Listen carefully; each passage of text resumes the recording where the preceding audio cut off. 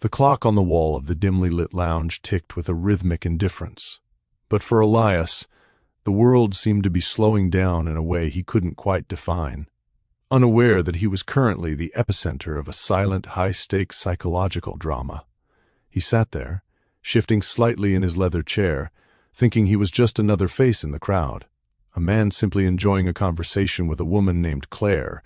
whom he'd met only an hour prior. He felt average, maybe even a little out of his league, but if he could have seen the scene through a thermal lens of human attraction, he would have realized he was radiating a pull that was currently hijacking Claire's nervous system. It started with the way she was orbiting him before they even spoke. She had moved through the crowded room like a satellite caught in a gravitational well,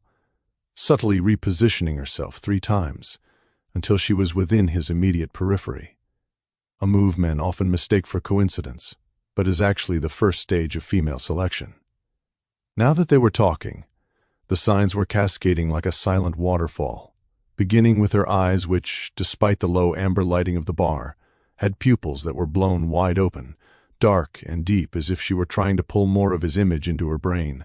a physiological response to dopamine that no amount of conscious control could suppress. Elias was explaining something mundane, perhaps his recent hike or a project at work, but Claire wasn't just listening to the words. She was performing a vocal grooming ritual, her own voice dropping an octave into a richer, more resonant territory, her throat muscles relaxing as her body prepared for a deeper level of intimacy. She laughed at a minor observation he made, a joke that Elias himself didn't think was particularly clever, yet her laughter was genuine and lingering, a clear indicator of the low bar for humor phenomenon where a woman's attraction pre-validates a man's personality, making his every word seem more charismatic than it would be in a vacuum. As Elias took a sip of his drink, Claire's hand moved in a near-perfect synchronization, her fingers tracing the rim of her glass before she took a sip herself. A classic display of mirroring that signaled their biological frequencies were beginning to lock together in a subconscious dance of rapport. Elias remained oblivious to the fact that her feet,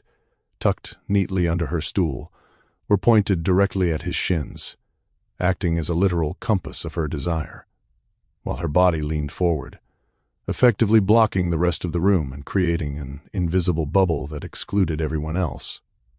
He didn't notice that she had subtly moved her clutch from the table between them to the empty seat beside her, a deliberate removal of a physical barrier that served as a psychological invitation for him to move closer. Every few minutes, Claire would reach up and graze the side of her neck, a preening gesture that exposed the vulnerable pulse point where her natural pheromones were most concentrated, her fingers lingering on the skin in a way that was both a self-soothing mechanism for her own rising excitement and a subconscious tell of her high state of arousal. As the conversation deepened, she began to employ the recall factor, bringing up a tiny detail Elias had mentioned 40 minutes ago, the name of his childhood dog, which proved she wasn't just being polite but was actively archiving him, building a mental library of his life because her brain had already flagged him as a high-value subject. The air between them felt thick, charged with the kind of static electricity that usually precedes a storm, yet Elias still wondered if she was just being friendly, missing the way her breathing had become shallower and more rhythmic, her chest rising and falling in a way that mirrored his own. He missed the sex flush, a subtle darkening of the skin along her collarbone, a result of increased blood flow as her heart rate climbed in response to his proximity. Even when she leaned in to hear him better over the music, her nose grazing the space near his jawline to catch the scent of his skin, Elias thought she was just struggling with the acoustics of the room, failing to realize she was conducting a biological compatibility test that he was passing with flying colors. She began to play with her hair, twisting a lock around her finger while maintaining intense eye contact, a displacement activity for the physical energy she couldn't yet act upon. When a mutual friend interrupted them briefly, Claire gave the newcomer a polite but clipped 3-word answer before immediately pivoting back to Elias with a warm, expansive smile, a clear gatekeeping behavior that signaled he was the only person in the room who truly mattered in that moment. Elias, still caught in the trap of his own modesty, didn't see that she was pointing with her knees, or that her pupils remained dilated even when she looked toward the brighter lights of the bar,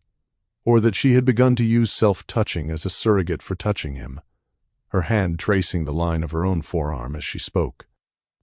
He was turning her on with his presence, his scent, and the steady, unpretentious way he navigated the world, and yet he sat there thinking he was just having a nice talk.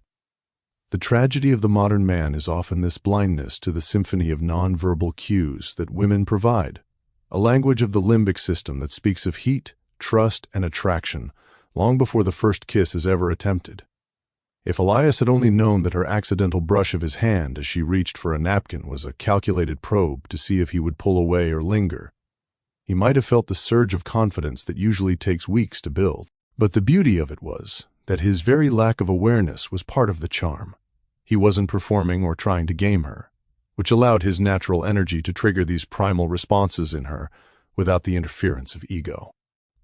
As they eventually stood up to leave, Claire's hand lingered on his shoulder for a fraction of a second too long, her gaze dropping to his lips and then back to his eyes in a triangular pattern that was the final, undeniable signal of her intent. She was waiting for him to recognize the fire he had started, a fire built not on grand gestures, but on the quiet, steady accumulation of these microsigns. The tilted head, the exposed wrist, the mirrored breath, and the unwavering focus that shouted her attraction in a voice louder than any words could ever manage. Elias walked her to her car, still wondering if he should ask for her number, while she stood there, her body practically vibrating with the unspoken yes that had been written in her every movement for the last 2 hours. It is in these moments, these intersections of silent communication, where the true art of attraction lives, hidden in the peripheral vision of those who are too busy looking for a sign to realize they are already standing in the middle of a landslide. The world is full of these missed connections, of men who don't know their own power, and women who are speaking with their souls through the flicker of an eyelid or the shift of a hip. To master the art of knowing when you are turning someone on is to become a student of the invisible, to learn that when a woman removes a barrier, laughs at a bad joke, or reveals the curve of her neck, she isn't just being nice. She is inviting you into a world where the rules of logic no longer apply and the rules of chemistry take over. Elias finally caught her eye as she opened the car door, and for the first time that night he saw it, the depth, the heat, and the unmistakable glow of someone who had been won over without a single word of persuasion being uttered. He realized then that the signs weren't hidden. They were just waiting for him to be brave enough to believe they were real.